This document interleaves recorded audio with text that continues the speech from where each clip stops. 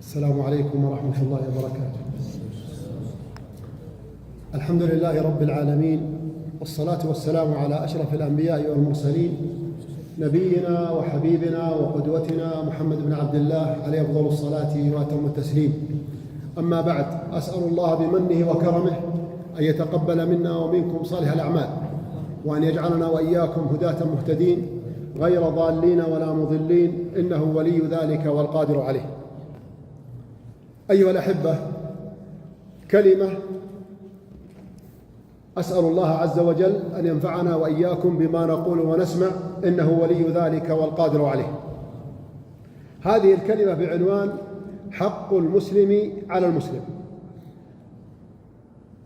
هذه الشريعة العظيمة وهذا الدين العظيم الذي جاء به الله سبحانه وتعالى وأنزله على نبينا محمد صلى الله عليه وسلم يعالج جميع مناحي الحياة، صغيرها وكبيرها. وفي هذا الحديث هناك حقوق للمسلمين فيما بينهم، فأهل الإسلام يعيشون في مجتمعاتهم وفي أحيائهم وفي قراهم وفي تجمعاتهم، وبينهم الاتصال. فالإسلام ينظم هذه العلاقة ويجعلها علاقة عظيمة، وعليها أجر عظيم من الله تبارك وتعالى. فعندما تقوم بهذا الحق لأخيك المسلم فإنك تكسب الأجر العظيم من الله سبحانه وتعالى جل في علاه. يقول النبي صلى الله عليه وسلم: حق المسلم على المسلم 6: إذا لقيته فسلم عليه، هذا هو الحق الأول. الحق الثاني: إذا دعاك فأجبه. والحق الثالث: إذا استنصحك فانصح له. والرابع: إذا عطس فحمد الله فشمته. والخامس: إذا مرض فعده. والسادس: إذا مات فأتبعه. هذه الحقوق بين المسلمين وبين الجيران وبين الأرحام وبين الأقارب، وفيها أجر عظيم من الله تبارك وتعالى. أما الحق الأول فهو السلام عليه إذا لقيته، السلام عليه إذا لقيته. والسلام هو السلام عليكم ورحمة الله وبركاته. وكما تعلمون، عندما دخل رجل على النبي صلى الله عليه وسلم فقال: السلام عليكم، فقال 10. ثم دخل رجل آخر فقال: السلام عليكم ورحمة الله، فقال 20. ثم دخل رجل ثالث فقال: السلام عليكم ورحمة الله وبركاته، فقال 30. قالوا: يا رسول الله، ما 10 وما 20 وما 30؟ قال الأول: قال: السلام عليكم، فله 10 حسنات. والثاني قال: السلام عليكم ورحمة الله وبركاته، السلام عليكم ورحمة الله، فله 20 حسنة. والثالث قال: السلام عليكم ورحمة الله وبركاته، فله 30 حسنة. تخيل كم تسلم على واحد في اليوم. إذا دخلت بيتك تقول لأهلك: السلام عليكم ورحمة الله وبركاته، وإذا خرجت تقول: السلام عليكم ورحمة الله وبركاته، وأنت تغادر منزلك. وبين زملائك تقول: السلام عليكم ورحمة الله وبركاته. وفي المجتمع وفي المسجد وفي كل مكان تقول هذا الأمر العظيم، والسلام من الله تبارك وتعالى على عباده الصالحين. ولذلك أيها الأحبة، المسلم يكثر من هذه الأمور ويجمع الحسنات التي تنفعه عند الله تبارك وتعالى. لأن بعض الناس إذا مريت عليه وسلمت عليه، بعضهم يقول: من المعرفة، حتى ولو لم يقلها بلسانه، وبعضهم ما يرد عليك أصلا. وكما تعلمون أن السنة أن تلقي السلام على من قابلت، والواجب أن يرد عليك، واجب عليه أن يرد عليك بمثل ما سلمت عليه. وعليكم السلام ورحمة الله وبركاته. فكل منا يكسب حسنات عظيمة عندما يلقي هذا السلام من الله تبارك وتعالى على عباده المسلمين. يقول النبي صلى الله عليه وسلم عندما سأله رجل قال: يا رسول الله، أي الإسلام خير؟ أي الإسلام خير؟ قال صلى الله عليه وسلم: تطعم الطعام وتقرأ السلام على من عرفت ومن لم تعرف. لأن بعض الناس ما يلقي السلام إلا على من يعرف، إذا ما يعرفه ما يسلم عليه، مع أنه مسلم يشهد أن لا إله إلا الله وأن محمد رسول الله صلى الله عليه وسلم. والله سبحانه وتعالى يقول: وإذا حييتم بتحية فحيوا بأحسن منها أو ردوها، يعني حي بأحسن منها أو ردها كما سلم عليك هذا المسلم. من فوائد السلام أيها الأحبة تصفية القلوب، لأنك إذا سلمت صفي قلبك على إخوانك المسلمين. ثانيا وتطهيرها من الضغائن، وكذلك زرع المحبة والمودة. قال النبي صلى الله عليه وسلم: لا تدخلون الجنة، لا تدخلون الجنة حتى تؤمنوا، ولا تؤمنوا حتى تحابوا، ألا أدلكم على شيء إذا فعلتموه تحاببتم؟ أفشوا السلام بينكم. أفشوا، ما بس فقط سلم، لا، أفشوا السلام بينكم يكون فاشيا في المجتمع. ولذلك بارك الله فيكم، من أراد الجنة فعليه بالسلام، أن يسلم على إخوانه المسلمين، لأنه إذا سلم كان مؤمنا، وإذا آمن دخل الجنة بإذن الله تبارك وتعالى. فالبداية من السلام الذي شرعه الله سبحانه وتعالى وشرعه لنا رسولنا صلى الله عليه وسلم.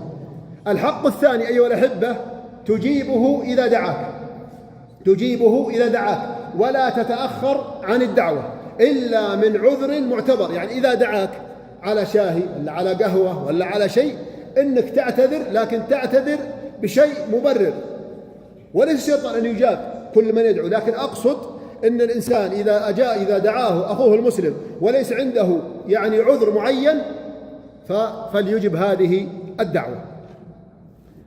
أيضا يقول النبي عليه الصلاة والسلام: إذا دعي أحدكم فليجب، فإن كان صائما. افرض أنك صائم ودعاك أخوك المسلم، فإن كان صائما فليصلي. ما معنى فليصلي؟ فليدعو لمن دعاه، فليدعو لمن دعاه. وإن كان مفطرا فليطعم. رواه مسلم. هناك أيها الأحبة آداب للزيارة. أولا الحضور في الوقت المناسب. إذا دعاك، بعض الناس قد يأتي متقدما فيحرج أهل البيت، وقد يأتي متأخرا فيحرجهم ينتظرونه. الإنسان يأتي في الوقت المحدد الذي دعاك فيه أخوك المسلم. فإذا قال تأتي بعد المغرب تأتي بعد المغرب، وإذا قال بعد العشاء فبعد العشاء، حتى لا تحرجه إذا تقدمت ولا تحرجه أيضا إذا تأخرت. الأمر الآخر طرق الباب برفق، يطرق الباب برفق ولا يكون فيه إزعاج. أيضا يعرف بنفسه إذا كان أهل البيت لا يعرفونه أو من قابله عند الباب. كذلك يغض بصره وهو داخل إلى هذا البيت، قد يكون في محارم وقد يكون في أعراض وقد يكون في أشياء كثيرة، فليغض بصره. أيضا لا يرفع صوته في المنزل وفي الدخول ويصيح بصوت مرتفع، هذه من آداب الزيارة. كذلك ولا يتصدر المجلس، بل يتواضع ويجلس حيث يجلسه صاحب المنزل، حيث يجلسه صاحب المنزل. وأخيرا يشكر صاحب المنزل على حسن استقباله وضيافته له. الحق الثالث تنصح له إذا طلب منك النصيحة. إذا طلب أخوك المسلم منك النصيحة وأنت تستطيع أن تقدم له نصيحة أو مشورة أو معونة، فعليك أن تقدم له هذه المشورة وهذه المعونة وهذا الكلام الجميل. لأن بعض الناس قد يكون عنده هم، وقد يكون عنده حزن، وقد يكون عنده بعض الأشياء فقط يريد أن يفضفض. يمكن ما عندك حل ولا عندي حل له، لكن مجرد أنك تتكلم معه وتسولف معه يذهب بعض الشيء عن أخيك المسلم. أيضا من الحقوق بارك الله فيكم تشميته إذا عطس، تشميته إذا عطس. ولذلك لكن إذا عطس وقال الحمد لله، وقال الحمد لله. أما إذا لم يقل الحمد لله فلا تشمته، كما فعل النبي صلى الله عليه وسلم، أن تقول الحمد لله يرحمك الله يهديكم الله ويصلح بالغوا. أيضا وهذا حديث النبي عليه الصلاة والسلام: إذا عطس أحدكم فحمد الله فشمتوه، فإن لم يحمد الله فلا تشمتوه. هذا توجيه النبي صلى الله عليه وسلم. أيضا من الحقوق، وهو الحق الخامس: تعوده إذا مرض. إذا كان مرض أو في المستشفى أو في بيته تعوده إذا كان الحال مناسبا للزيارة، وتنسق قبلها حتى يستعد أهل البيت ويستعد هذا المريض. وتروا الزيارة فيها أجر عظيم من الله تبارك وتعالى. أنت تدخل السرور على نفسه وتتكلم معه بكلام جميل، ويعني توسع له في الأجل وأنه بخير وبصحة وعافية. نسأل الله سبحانه وتعالى أن يشفينا ويشفي مرضى المسلمين. قال النبي صلى الله عليه وسلم: إن الله عز وجل، لاحظوا، إن الله عز وجل يقول يوم القيامة: يا ابن آدم مرضت فلم تعدني. لا إله إلا الله. الله عز وجل يقول: يا ابن آدم مرضت فلم تعدني. قال: يا رب كيف أعودك وأنت رب العالمين؟ قال: أما علمت أن عبدي فلانا مرض فلم تعده؟ أما علمت أنك لو عدته لوجدتني عنده؟ تجد الله سبحانه وتعالى عند هذا المريض الذي تعوده، يعني أجر من الله سبحانه وتعالى. أيضا عيادة المريض فيها أجر عظيم. قال صلى الله عليه وسلم: من عاد مريضا لم يزل في خرفة الجنة. يعني قيل: يا رسول الله وما خرفة الجنة؟ قال: جناها. رواه مسلم. يعني أنت في خرفة الجنة منذ أن تدخل على هذا المريض حتى تخرج من عنده، فأنت في خرفة الجنة كما أخبر بذلك النبي عليه الصلاة والسلام. وأمر آخر: وعائد المريض تصلي عليه الملائكة وتستغفر له، لقول النبي صلى الله عليه وسلم: ما من مسلم يعود مسلما غدوة إلا صلى عليه 70,000 ملك حتى يمسي. يعني تزوره في الصباح لمدة 5 دقائق تصلي عليك الملائكة وعددهم 70,000 ملك حتى تمسي. وإن عاده عشية، يعني بعد العصر ولا بعد المغرب، إلا صلى عليه 70,000 ملك حتى يصبح. هذا الحديث حديث صحيح.